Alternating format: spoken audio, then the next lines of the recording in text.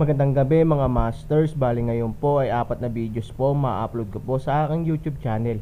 Tama nga mga masters, 4 na videos nga po ang ma-upload ko. Yon, what's up mga masters? Nandito na naman tayo sa panibagong araw, panibagong kabanata na naman ang pagsasama-samahan natin ngayon guys.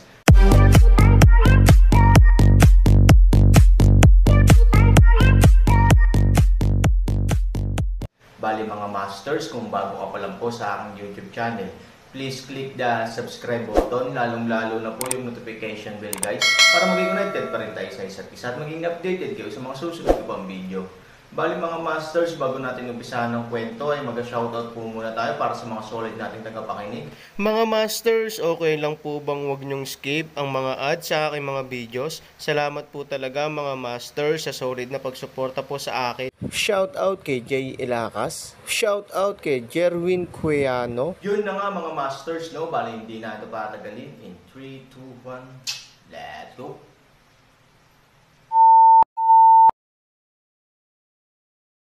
Kabanata 1891 hanggang 1895. Habang papalapit ang bagong taon ng Chino, ang maliit na Cloud City ay abala rin. Ang mga migranteng manggagawa ay bumalik sa kanilang bayan at bumili ng mga paninda para sa bagong taon.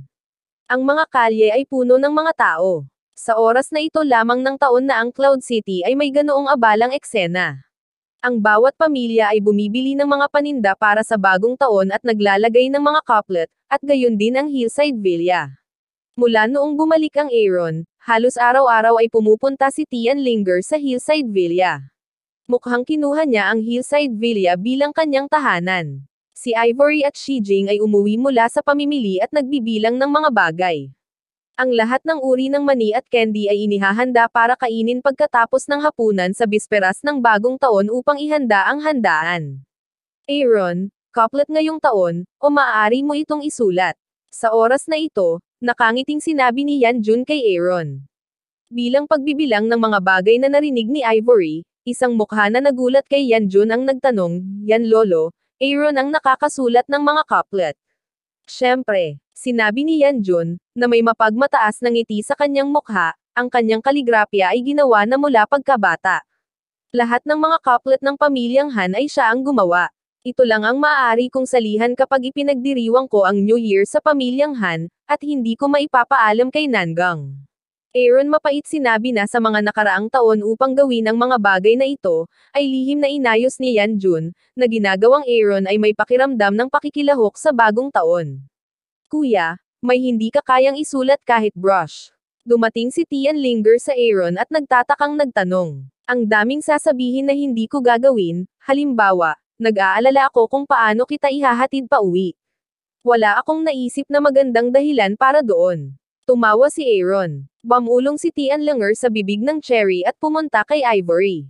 Hinawakan niya ang kamay ni Ivory at sinabing, Ate Ivory, nakita mo siya, at gusto mo akong itaboy. Tulungan mo akong turuan siya ng leksyon. Si Ivory ay hindi maaaring tumawa o umiyak.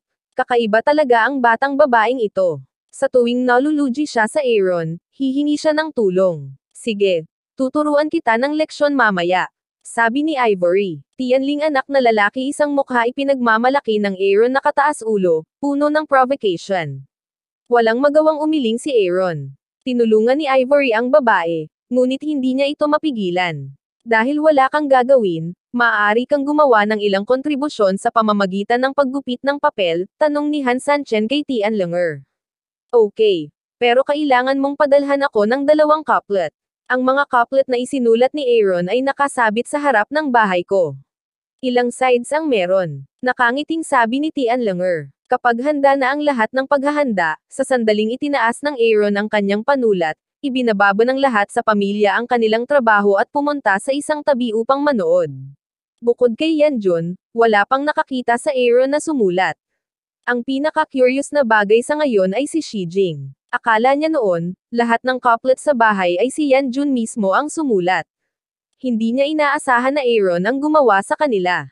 Naaalala pa rin niya na maayos ang pagkakasulat ng mga couplet, na para bang mga kamay ng isang master.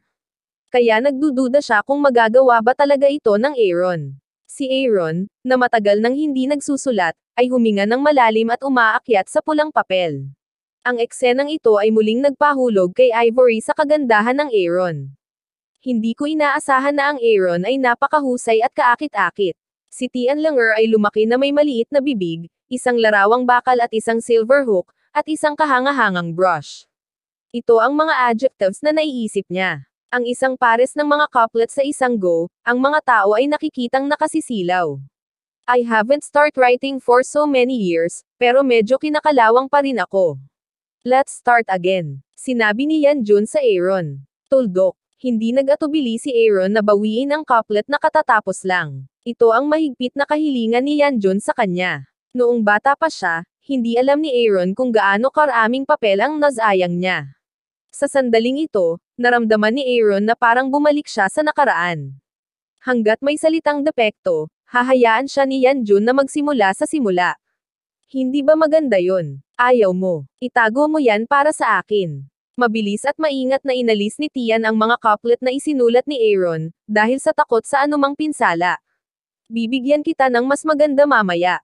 Nakangiting sabi ni Aaron. Ito ang pinakamahusay para sa akin, gusto ko ito. Muling pinalakas ni Han Sanchen ang kanyang espiritu at nagsimulang magsulat na parang nakagugulat na dragon. This time, wala pa ring stagnation. Ang pagkumpleto ng isang stroke, maayos man o kompleto, ay malinaw na mas mahusay kaysa sa dati. Ngunit si Yan Jun ay hindi pa rin nasisiyahan, hilingin sa Aaron na bumalik, tulad ng malupit na mga kinakailangan, kahit na si Shi Jing ay halos hindi na magpatuloy. Sa wakas, pagkatapos ng ilang kasanayan, naabot ng sulat kamay ng Aaron ang mga kinakailangan ni Yan Jun, at sa oras na ito, pinagpapawisan na siya.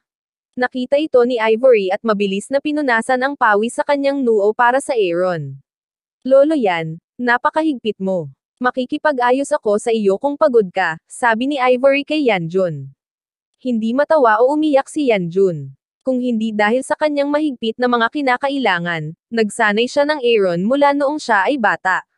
Paano magkakaroon ng ganito kay tigas na puso ang Aaron ngayon? Pero natural para kay Ivory na mahalin ang Aaron. Kung tutuusin, mag-asawa siya. Hindi na magkakaroon ng maraming ganoong pagkakataon sa hinaharap. Hindi ko maaaring samantalahin ang pagkakataon na mapahiya siya sa lalong madaling panahon, sabi ni Yan Jun.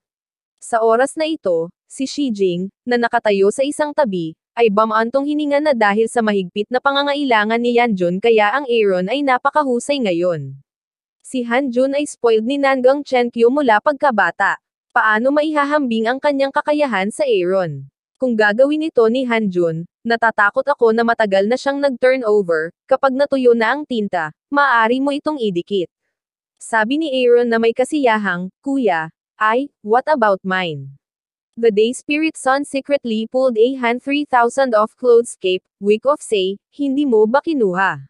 Tumawa si Aaron. Napakabilis ni Tian Linger. Nilukot niya ang couplet sa kamay at diretsyong itinapon sa basurahan.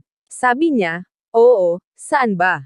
Hindi ko kinuha. Si Tian Langer lang ang makakagawa ng ganitong bagay sa publiko, at hindi siya magdudulot ng antipatiya ng ibang tao, ngunit tumatawa. Okay, isusulat ko ito kaagad para sa iyo Aaron ay masaya. Matapos isulat ang couplet, walang gagawin si Tian Langer at patuloy na naghihintay na matuyo ang tinta, tulad ng takot niyang manakawan. Matapos matuyo ang tinta, hindi na makapaghintay si Tian Langer na iuwi ito. Si Chanji ay abala pa rin. Ang lahat ng mga kamag-anak ay nagsasama-sama upang pag-usapan ang mga aktibidad sa bisperas ng bagong taon. Pagkabalik ni Tian Langer, nakangiting sinabi ni Chan Changsheng, akala ko nakalimutan mo na ang bahay mo. Pumunta ka rito sa lalong madaling panahon. Tinatalakay natin ang mga aktibidad sa bisperas ng bagong taon ngayong taon. Dati, iminungkahi mo silang lahat. Kung wala ka, hindi namin sila mapapansin. Si Tian Langer ay hindi na umaasa sa aktibidad, dahil wala siyang planong manatili sa bahay. Pagkatapos ng hapunan sa bisperas ng bagong taon, gusto na niya, para pumunta sa Hillside Villa, halika, Lolo. May ipapakita ako sa iyo na maganda, sabi ni Tian Linger na may misteryosong mukha. Kumunat ang noo ni Chan Changsheng. Ang bagay sa kamay ni Tian Langer ay parang couplet. Ito ay isang magandang bagay.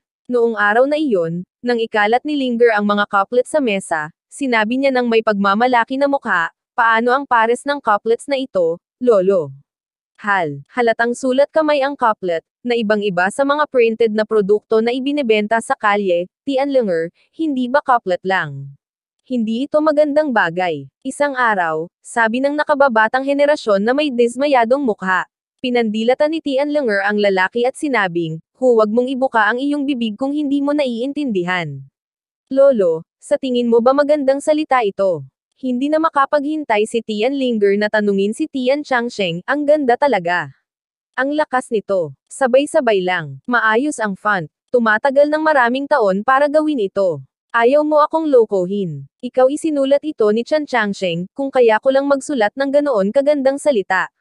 Ako mismo ang sumulat nito, sabi ni Tianlenger. Aaron, nagulat si Tian Changsheng na ang Aaron ay may napakagandang sulat kamay, na talagang ikinagulat niya. Siyempre, bukod sa aking kapatid, sino pa ang napakalakas, matagumpay na sabi ni Tianlenger. Hindi maiwasan ni Chan Changsheng na pahalagahan ang couplet sa kanyang kamay, at ang kanyang bibig ay nagpapadala ng sunod-sunod na mga tandang ng papuri.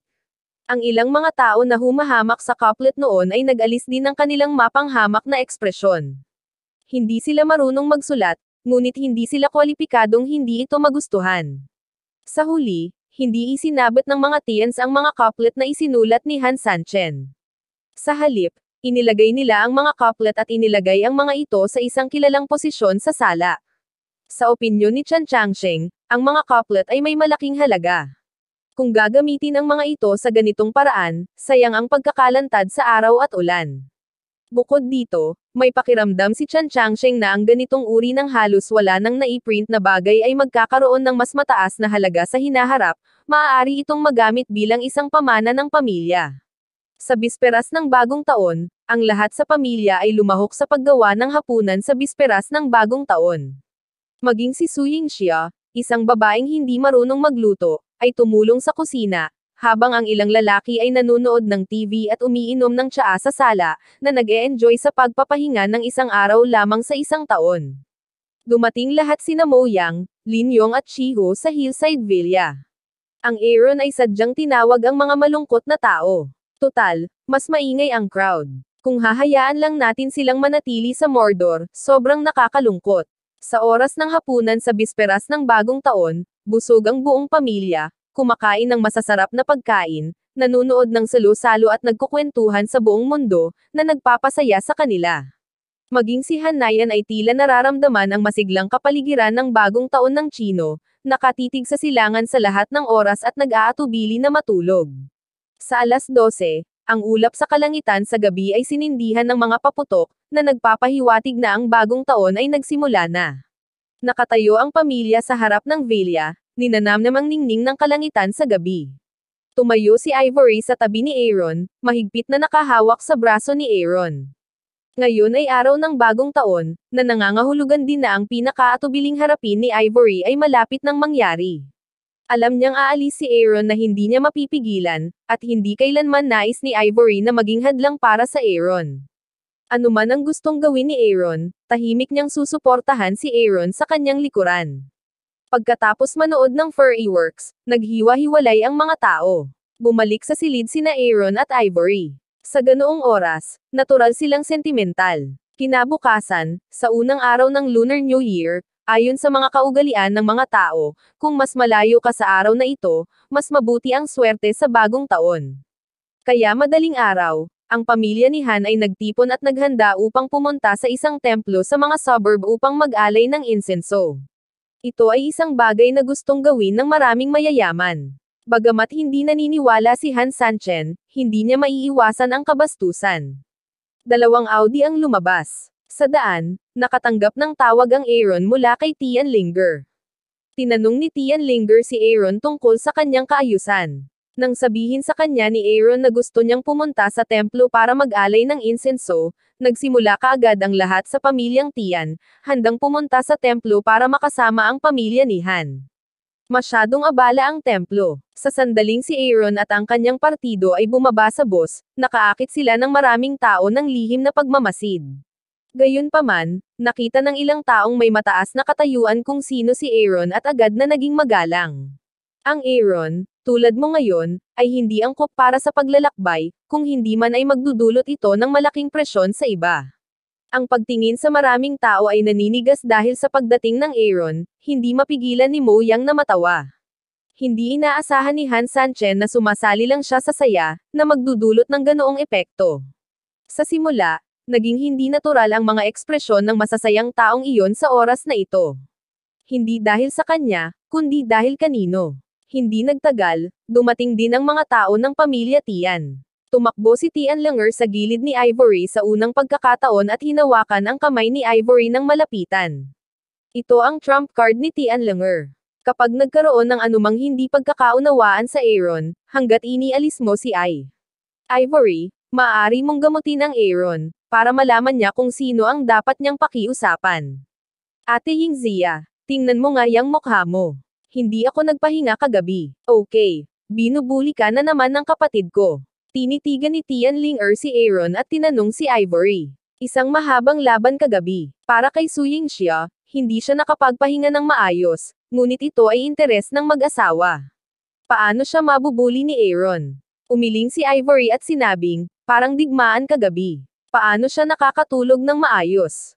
Sa hinaharap, hayaan si Yun Cheng na ipagbawal ang mga paputok.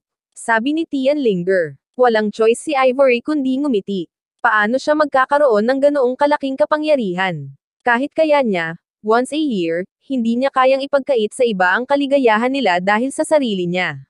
No exaggeration. Don't talk nonsense. Sabi ni Ivory. Ate Yingzia, paano ito magiging pagmamalabos?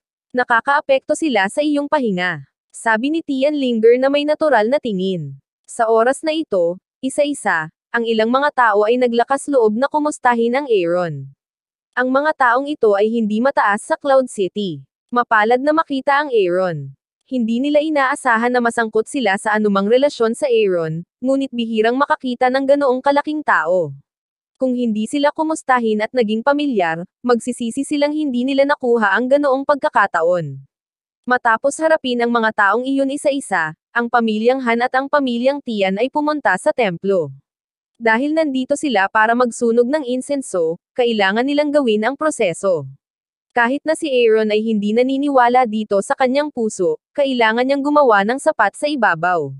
May pila para magsunog ng insenso. Sa pangkalahatan, mas maimpluwensyang mga tao, mas mabigat ang pera ng insenso. Aayusin ng templo na magsunog sila ng insenso sa umaga. Ngunit dahil sa pagdating ng Aaron, hindi nagtagal ay kumalat ang balita sa templo, kaya ang mga nakapila na ay kailangang gumawa ng paraan para sa Aaron. Kung mas maraming tao sa unahan, mas mataas ang kanilang katayuan sa Yuncheng. Ayaw nilang masaktan ang Aaron dahil sa mga bagay na gaya ng Xiangxiang. Pagkatapos ng lahat, gaano man kataas ang kanilang katayuan sa Yuncheng, kailangan nilang maging tapat sa Aaron. Pagkatapos ng insenso, ang pamilyang Han at ang pamilyang Tian ay umalis sa templo. Ang ganitong uri ng lugar ay hindi angkop para sa mahabang pamamalagi, dahil ang Aaron ay napakadaling makaakit ng atensyon ng mga tao ngayon. Kung saan siya pupunta ay ang focus, na mas maimpluwensyahan kaysa sa mga tinatawag na malalaking bituin. Higit pa rito, ang hatid niya ay hindi lamang ang impluwensya, kundi pati na rin ang puwersang nagpapaudlot, na magpaparamdam sa lahat ng hindi namamalayan. Gaya ng sinabi ni Mo Yang, ang Aaron ay hindi angkop na maglakbay ng kusa. Kung hindi, magdudulot ito ng labis na panggigipit sa iba. Matapos ibalik ang pamilya sa Hillside Villa, sinundan ni Aaron si Mo Yang at ang iba pa sa Magic Capital. Nahulaan na ni Mo Yang ang gustong sabihin ni Aaron, dahil lumipas na ang bagong taon, hindi na magtatagal ang pananatili ni Aaron sa Yuncheng, 3,000, saan ka pupunta ngayon? Nagkusa si Mo Yang na tanungin si Aaron. Bamantong hininga si Aaron at sinabing, hindi ko alam kung kailan ako makakabalik. Sa tingin mo ba dapat akong pumunta? Hindi alam ni Mo Yang kung ano ang kinakaharap ni Aaron, ngunit sinabi niya ito, at tiyak na hindi maikli ang oras para umalis. Mula sa pananaw ni Ivory, ang pag-alis ni Aaron ay napaka-unfair para sa Ivory. Kung tutuusin, may mga anak pa sila ngayon. Hindi dapat mawala ang Aaron sa paglaki ni Han Nayan. Ngunit alam ni Mo Yang na dahil ito ay isang bagay na hindi maaaring tanggihan ng Aaron, tiyak na napakahalaga nito, na kailangan niyang gawin. Sa katunayan, nasa puso mo na ang sagot. Siguro tinatanggihan mo pa rin, ngunit nagawa na ang desisyon. Huwag kang mag-alala tungkol dito. Nasa Yuncheng ang aming pamilya. Ipinapangako ko sa iyo na paprotektahan ko ang aking hipag at si Niner.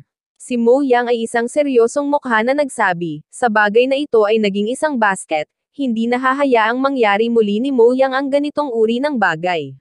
Sa Moyang at iba pa sa Yuncheng, at ngayon si Yanjun, si Han Sanchen ay natural na hindi mag-aalala tungkol sa kaligtasan ng Ivory at Han Nayan, ngunit hindi niya matiyak kung hanggang kailan siya aalis, kaya labis siyang naawa kay Ivory, sa 3 taon, sa loob ng 3 taon, gayunpaman, babalik ako at tutulungan akong alagaan sila.